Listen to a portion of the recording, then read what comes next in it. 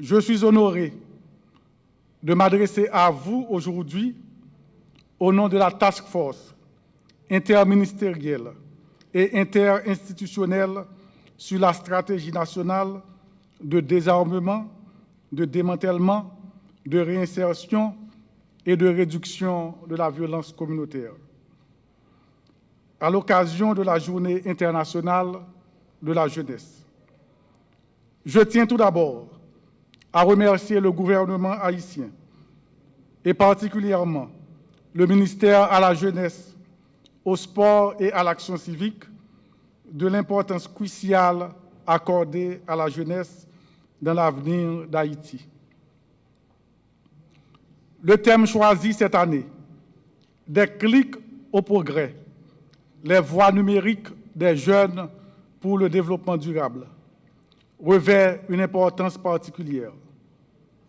Aujourd'hui, en cette journée internationale de la jeunesse, je dois vous informer que cette composante sociale, numériquement majoritaire, a un rôle prépondérant dans le cadre de la stratégie nationale de réduction de la violence communautaire.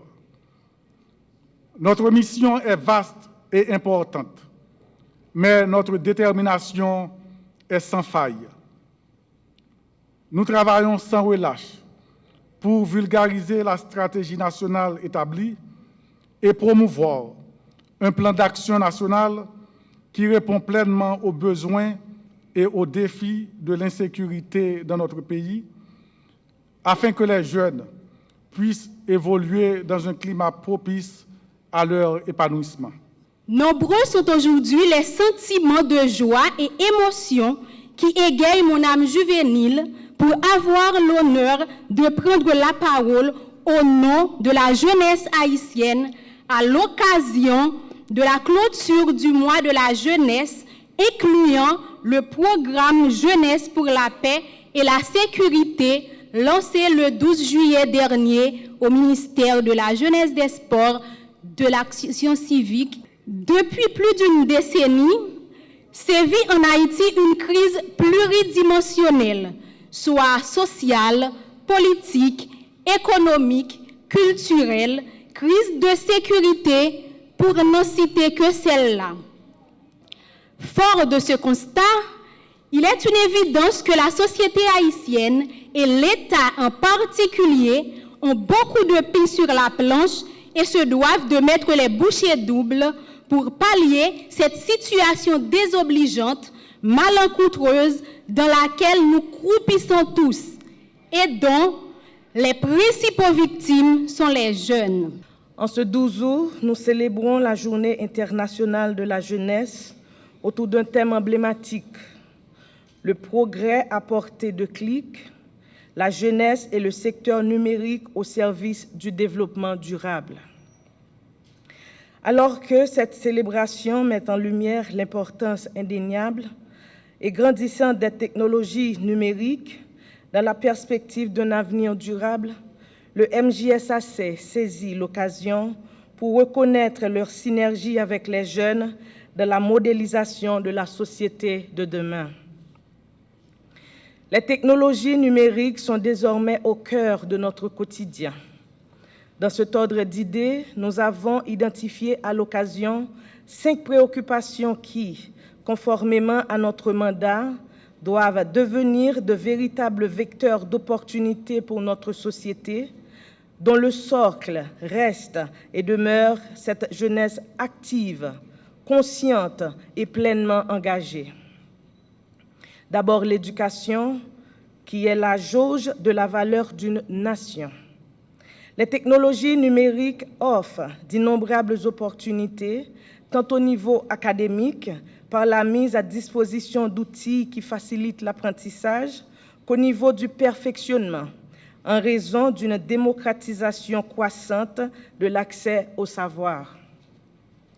Le MJSAC collaborera étroitement avec tous les acteurs pour soutenir les projets innovants, favoriser l'intégration des technologies pour améliorer l'éducation, tout en reconnaissant la portée des efforts à consentir pour faire face aux défis structurels.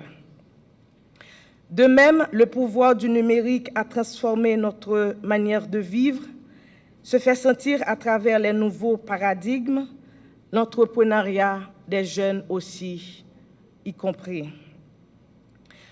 Depuis plusieurs années, notre pays est en proie à une situation difficile qui impacte grandement les activités économiques. Les réseaux sociaux offrent à nos jeunes les ressources pour réinventer le marketing et faciliter la croissance économique. C'est pourquoi le MJSAC accorde une attention particulière aux projets qui reposent sur les solutions dématérialisées pour alimenter l'écosystème entrepreneurial. Toutefois, aucun développement durable ne peut se faire sans une gouvernance responsable de l'information. À l'heure où les nouveaux médias et les technologies réinventent notre façon de produire du contenu et de nous informer, nous sommes au regret de constater que la désinformation, notamment à travers les technologies de l'information, bat son plein. Souvent, on dit que la jeunesse, c'est l'avenir. Mais l'Europe vive dans le pays côté âge moyen, moins de 25 ans. La vérité, c'est que la jeunesse, c'est tout simplement le présent. Et thème jeudi, qui c'est jeunesse, secteur numérique et sécurité, évidemment, le cas interprété de plusieurs façons, particulièrement dans le contexte dans lequel Haïti vit jeudi, contexte difficile que nous avons traversé jeudi. Lorsqu'on pense sécurité, ou pensez quotidien que nous avons tous les jours dans le bas de la ville, contraintes que nous gagnons pour nous traverser le pays, insécurité, peur que la famille connaît chaque soir, incertitude sur l'avenir, évidemment, c'est ça qui préoccupe nous. Pensez que cadrage cérémonie ça beaucoup plus spécifique autour de la sécurité liée au numérique. Même pas nécessairement sûr que vous dissociez. Mais la vérité est une vérité très simple. Aujourd'hui, le succès des sociétés, le développement durable ne se conçoit pas sans une participation intelligente de la jeunesse. Et ceci est vrai particulièrement en Haïti, évidemment, où la jeunesse haïtienne a démontré temps après temps, période après période, non seulement sa résilience, mais capacité pour innover, pour sortir solutions des circonstances les plus difficiles, pour continuer à aller de l'avant quand vraiment on a l'impression qu'il n'y a plus rien que de l'espoir. Et une opportunité qui est créée par la technologie, c'est le fait que jeunesse là est beaucoup plus connectée que jamais. Et grâce à l'essor du numérique, elle a accès à une quantité infinie de connaissances, à des opportunités d'apprentissage sans précédent et à des réseaux globaux qui lui permettent de collaborer avec des esprits brillants du monde entier. Déjà, moi-même, l'homme de l'âge, nous, ça n'a pas existé. Et potentiel, ça a son potentiel extraordinaire si nous capitalisons sur lui, si l'État joue le rôle pour le permettre de nous capitaliser sur lui de manière efficace et efficiente. S'il assure que d'abord, accès à ces technologies, ça est équitable, il n'y a pas de force côté. Que ce n'est pas un groupe de gens qui a accès à lui parce qu'il y a l'électricité, parce qu'il y a moyen pour acheter un computer, parce qu'il y a des gens qui montrent au service à l'ordinateur. L'État a une première responsabilité, c'est que pour accès à l'opportunité, ça, les démocratiser pour qu'on jeune, quel que soit le côté sur le territoire, ou gain accès à lui.